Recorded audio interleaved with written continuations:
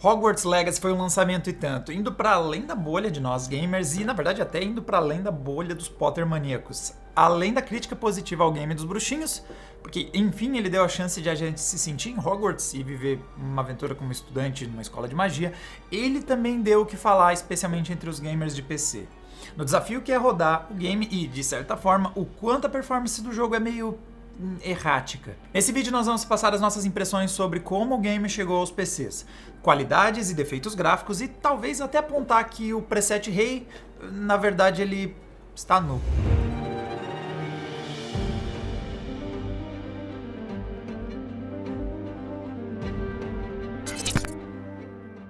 Bom, vamos começar o nosso giro dando aquela olhada básica nas configurações e ajustes possíveis no PC. A Avalanche Software fez em partes o dever de casa ao trazer o game para os computadores. O gameplay está bem ajustado para o teclado e mouse e bem como os recursos do PC foram devidamente explorados, como por exemplo a proporção de tela no formato ultra-wide, ou a presença de recursos como o NVIDIA DLSS, o Intel XeSS e tem o AMD FSR tanto na versão 2 quanto na versão 1. São importante ser essas duas versões, elas trazem coisas diferentes. A versão 2 vai trazer mais qualidade gráfica, mas se o desespero estiver grande, é interessante usar o FSR 1 para realmente buscar mais performance se a coisa está difícil. Mas algumas coisas poderiam melhorar.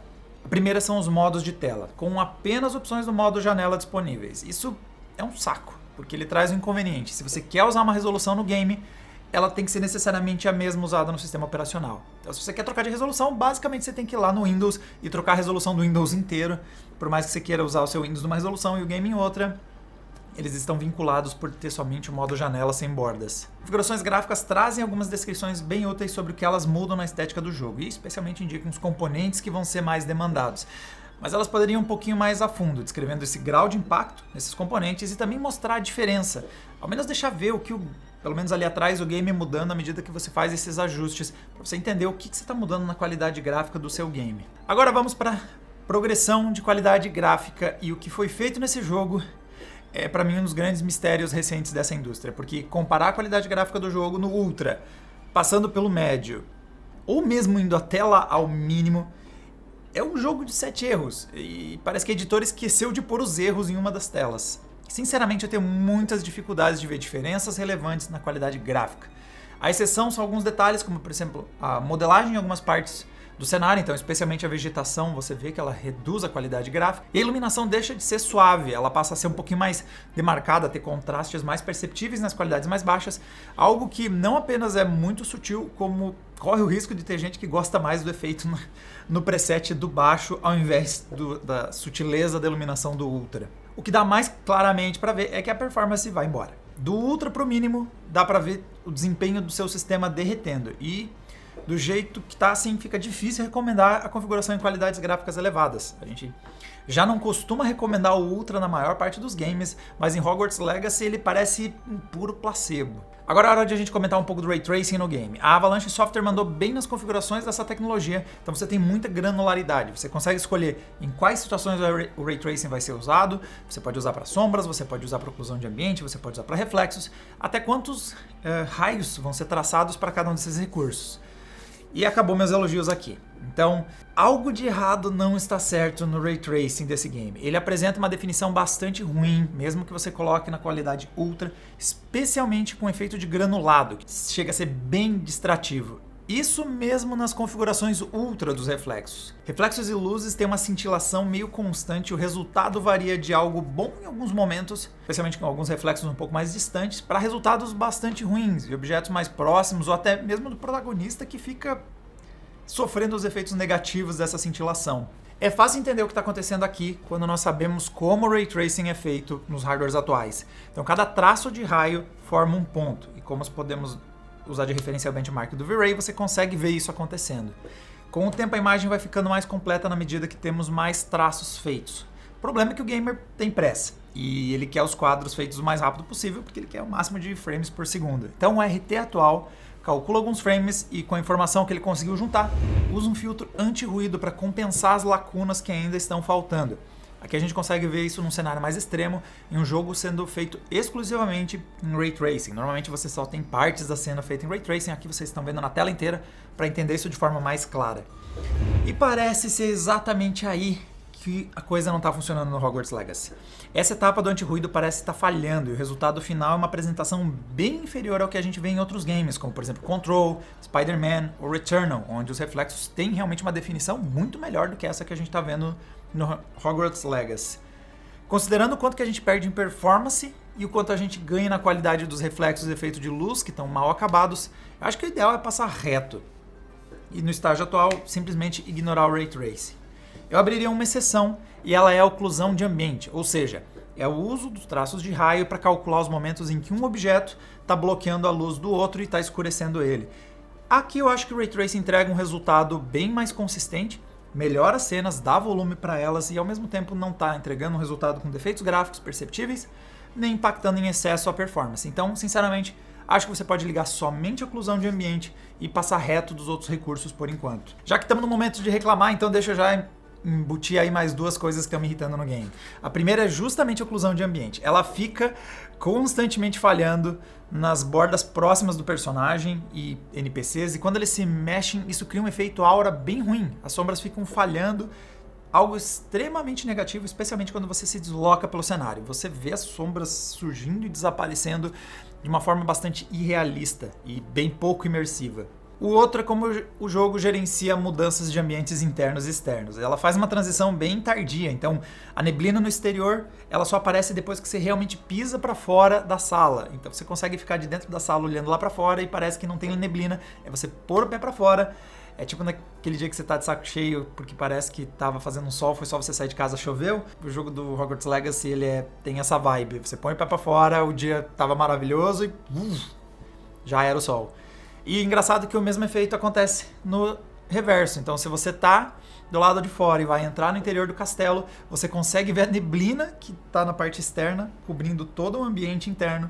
E é você entrar que ele transiciona de uma forma bastante falha, um efeito que fica bem ruim.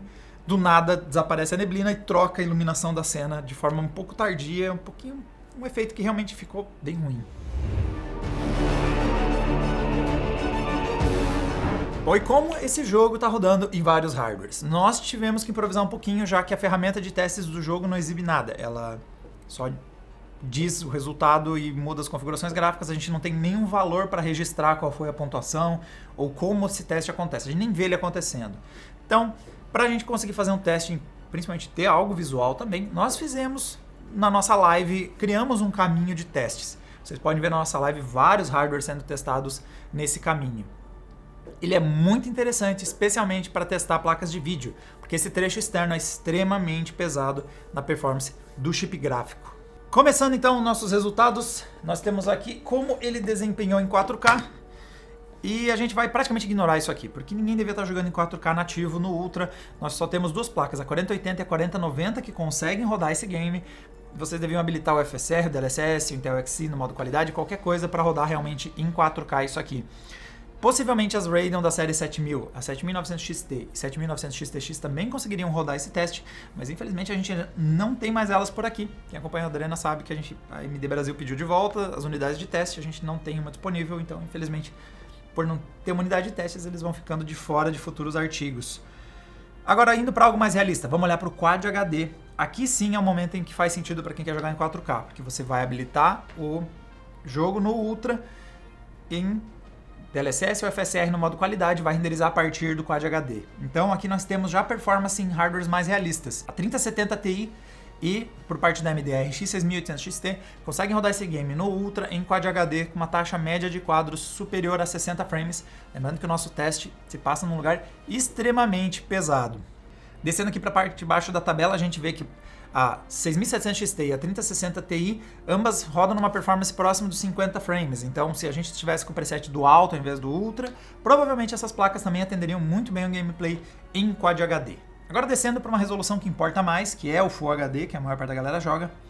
Olhando a configuração do Ultra, nós temos um requisito meio alto. Vê que nós precisamos da 3060 Ti e a 6700 XT para ter uma média superior a 60 frames. Mas, de novo, como a gente já comentou, o preset do Ultra está sendo meio que perda de tempo quando a gente olha no lado a lado. Então, usando de referência o Full HD em qualidade média, a gente percebe como muitos hardwares vão conseguir rodar bem sim o Hogwarts Legacy. Então nós temos, por exemplo, acima dos 60 frames nós já atingimos essa média com uma RTX 2060, uma RX 5600 XT e uma RX 6600. São placas bastante populares, então modelos intermediários que muita gente pode adquirir, inclusive, a gente sabe que são modelos populares, então muita gente vai conseguir jogar bem em qualidade Full HD, ao invés do médio, talvez usando no alto, mas como a gente mostrou, o médio também tem uma boa qualidade gráfica. Outra coisa interessante de se observar é que hardwares um pouco mais antigos, mas bastante populares, como a RX 580 e a 1060, ambas performam ali nos 37, quase 40 frames mais ou menos. Isso nos indica que se você fizer uma configuração, outros trechos elas vão rodar a 60 frames, e se você quiser fazer um ajuste travado a 30, ambas vão rodar o jogo com tranquilidade. Lembrando que o nosso teste é um dos piores momentos em termos de performance de GPU, mas se você faz questão de 60 frames, talvez você pode optar em habilitar o FSR no modo qualidade. Se você prioriza a fluidez sobre a qualidade gráfica, pode ser uma opção para você jogar esse game, mas também com tranquilidade você pode travar 30 e jogar ele sem problemas. Também dá para ver aqui a 1650 que a gente testou no PC baratinho e ela se saiu bem. Também focando num gameplay travado a 30 FPS, ela joga em Full HD na qualidade mínima, o resultado gráfico é legal, ou você pode optar por habilitar o FSR para buscar uma taxa de quadros mais alta e mais qualidade, aplicar mais filtros de qualidade gráfica, ela se sai bem. E há esperança até para 1050 Ti e a GTX 960. Elas entregaram uma média de 22 FPS, isso indica que se a gente jogasse em Full HD, mas usando o FSR, por exemplo, no modo qualidade, e usando uma configuração entre o mínimo e o médio, é possível que elas entregassem uma experiência consistente, pelo menos travada a 30 FPS. Uma 1050 Ti e uma 960 são placas antiguinhas e que talvez ainda dão um caldo para quem quer se divertir no Hogwarts Legacy. Agora falando rapidamente das Intel Arc, a A770 e a A750. Elas performaram mais ou menos na mesma balada da 3060, então quando a gente olha aqui o nível de desempenho delas em Full HD qualidade média, esse pessoal está mais ou menos aí na faixa dos 70 frames, ou seja, elas performam bem em Full HD, pode rodar numa qualidade intermediária. Também performa parecido com a 6600, que nos mostra que nessa disputa a AMD está se saindo melhor. Ela é mais barata que suas rivais Intel Arc e GeForce, NVIDIA GeForce aqui. Então os Radeon têm se saído bem nessa disputa versus as suas rivais neste game. Mas o ponto, voltando aqui às Intel Arc, é que a gente achou um bug engraçado.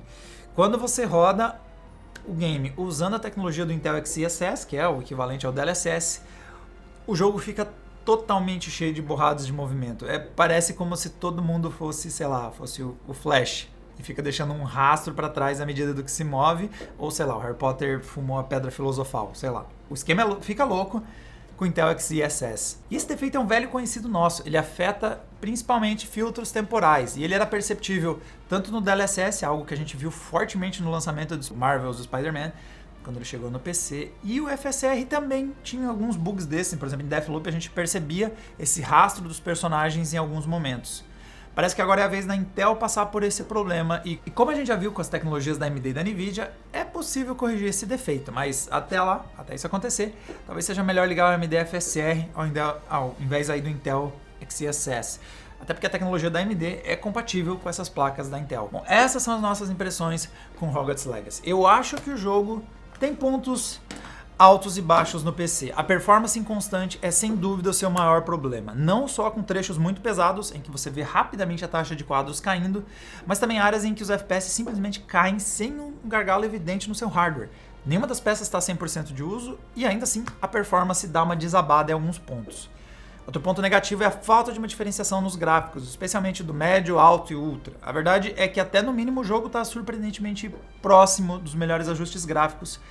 A diferença, porém, na performance é gigantesca entre eles. E aqui vem um ponto sobre esse game. A galera das máquinas de entrada intermediária vão estar bem servidos. Eu acho que o jogo entrega um bom visual e uma performance em hardwares mais limitados.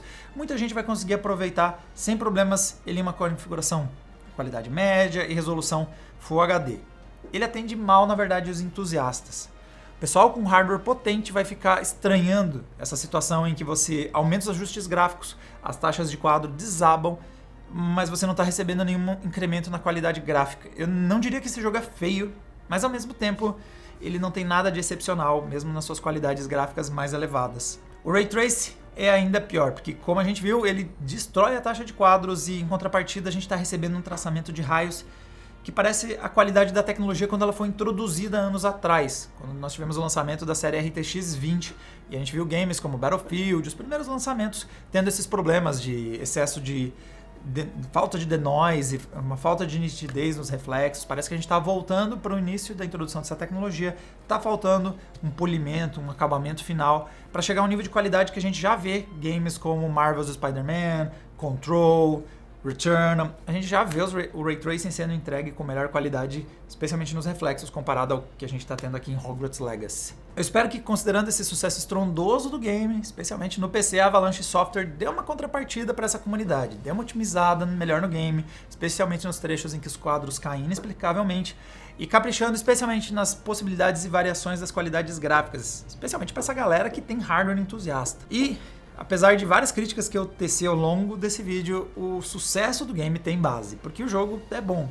É bastante satisfatória a experiência de explorar o castelo de Hogwarts e as outras localidades aí do mundo de Harry Potter, além da mecânica interessante de magias, você usando elas para resolver puzzles, e o combate também é dinâmico, é interessante. Apesar dos pontos negativos, eu espero que os pontos negativos sejam solucionados no futuro, mas com o devido ajuste, desapegando em ligar alguns filtros gráficos que derruba FPS e te dá um pouco carinho de volta, ou melhor, pouca qualidade gráfica de volta, eu acho que dá para se divertir bem nesse game.